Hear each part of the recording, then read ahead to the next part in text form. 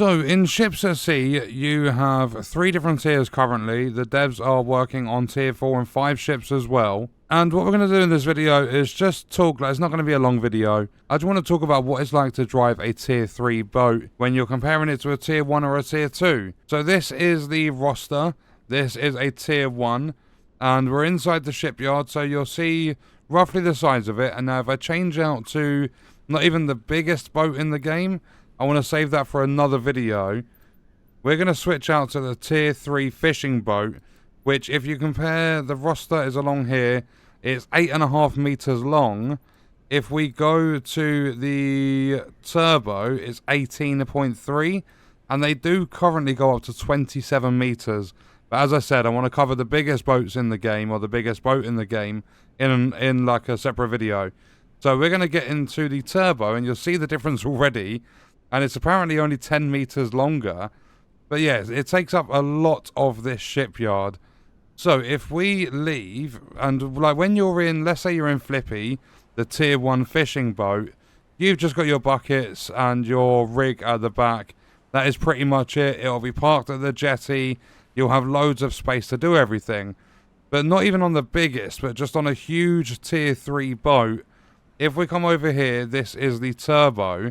When we get on, like we'll compare, so Flippy, tier 1, you just leave the cabin, you've got the little deck at the back, you've got 4 buckets sat there, and you've got your rig.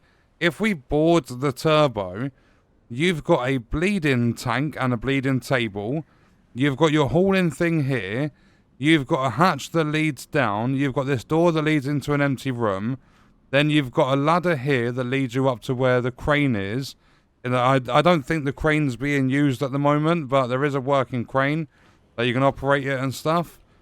And then if we come off that, we're not even going to go along that way. What we're going to do is we're going to open the hatch. We're going to go here. We're going to go through this door.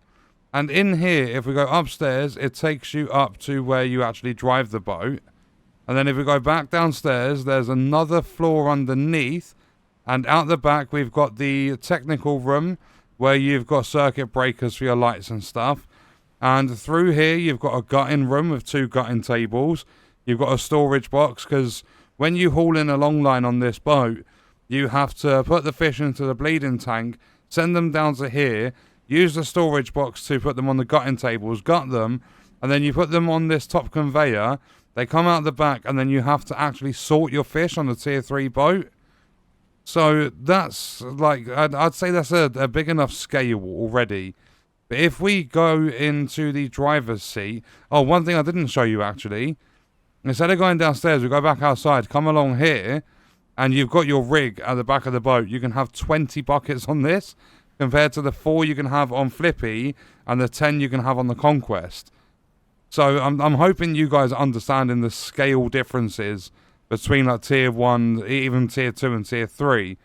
So if we jump in, you'll see just how big this is. We're talking like longer than the fishery itself. But the good thing about these tier 3s is, if you have a look at the rudder control at the bottom, where you've got the red and the green on the bar, above that you've actually got thrusters. So they're going to help you get out of tight situations. So like here, if I start going forward and just try turning the rudder, I'm probably going to crash because it's so slow. Whereas if I undock, I hold down shift and use D, put those thrusters all the way to the right, and then speed up, you'll see just how quick we turn. And then we can get out of very, very tight situations that you otherwise wouldn't be able to. So I think they're really cool. And not only that, with this turbo, you'll see as we are speeding up, this actually goes faster than Flippy. Flippy's the tier 1 little fishing boat. This is tier 3. It's gigantic and it's faster. So it's a really, really cool fishing boat and just tier 3 boat in general. If we turn the HUD off, you can see it in its full glory. And not only that, when you're driving, we're not going to crash. If we jump out, I'll turn the HUD back on. We can just roam around this ship. You can see everything. And I think it's incredible. We can even go up a floor. We can stand up here, so that we can get a better view of everything. And we can just look around, and there's just loads of cool different things. Then we can just jump back down and get back into the driver's seat. And yeah, I thought I would just do a video, not one that's going to last ages and ages, but I just wanted to show off these tier 3 boats. They're very expensive.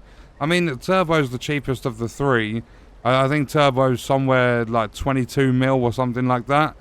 The cargo boat is 64.5 million, and the service boat, which is the fastest in the game, is 50 million. So they're very expensive. However, on the roadmap, the devs have said when tier 4 and 5 come in, I think it's just tier 4, they're going to be like 180 to 200 million krone. So with me having 12.8 mil, I've got nowhere near enough. I do need to get saving up.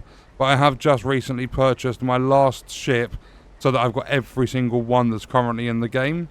And yeah, it's not much different in terms of the handling. You have the thrusters, which is a big difference, but it just makes it easier to drive these big boats. And the thrusters are really, really good. But when it comes to the functions, the processes you have to go through and everything like that, there is a lot more to do on these big ships. Like when it comes to, let's say with the service boats, on the tier 1 and tier 2, you've got this tiny little tow at the back. I think it's the tier 1, you've got like a manual water cannon. And then I can't remember if it's tier 2 or tier 3, but you eventually get, I don't even think there is a water cannon on tier 3. On tier 2 though, you get a remote water cannon. So you don't need to manually do it, you can do it all through remote. And then like on tier 1, you're just doing the long lines and then retrieving them, that's it. On tier 2, you have to start gutting. On tier 3, you have to gut and then you have to sort. But when you first haul them in, they have to go on that bleeding table and then on the bleeding box and then transferred down to the underneath of your boat. So they're nice and easy to handle, like especially because of the thrusters. And there's a lot more stuff to do. Like so many different extra things you need to do just to keep these running. And their tanks of fuel are gigantic. You go from like 1,000 and 2,000 litres up to some of these are holding like 30,000 litres of fuel. They don't necessarily burn through much more, but they hold a lot more because they're made to go on long trips, and you don't want to be at ports and docked constantly. You want to be out there doing like job after job after job.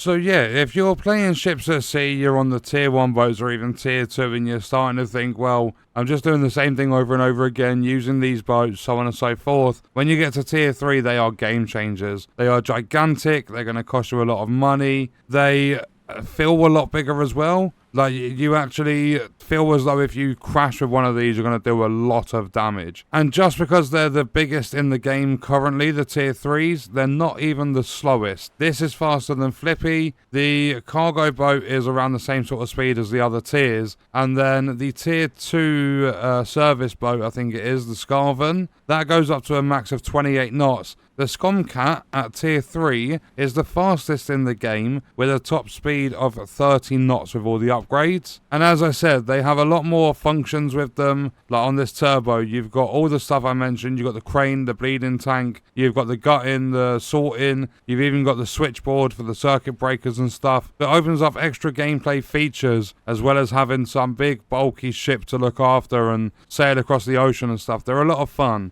And I just wanted to do this video to explain what it's like to drive a tier 3 boat, because some people might never make it to tier 3. Some people might want to get to tier 3, want to know what it's like, but don't have the money and haven't travelled far enough, because unlocking the newer tiers is all based on how far you've travelled in the game. To unlock tier 2, you need to go 150 kilometers. Tier 3 is 300. Then it's a massive jump from 300 up to 600 to get what I believe is going to be the certificate or the license to be able to own tier 4 ships when they're in the game. And with all that being said, I will be back with another video to show you the biggest in the game, which is almost 9 meters longer than this one. But that is going to do it for this video, and I will see you guys in the next one.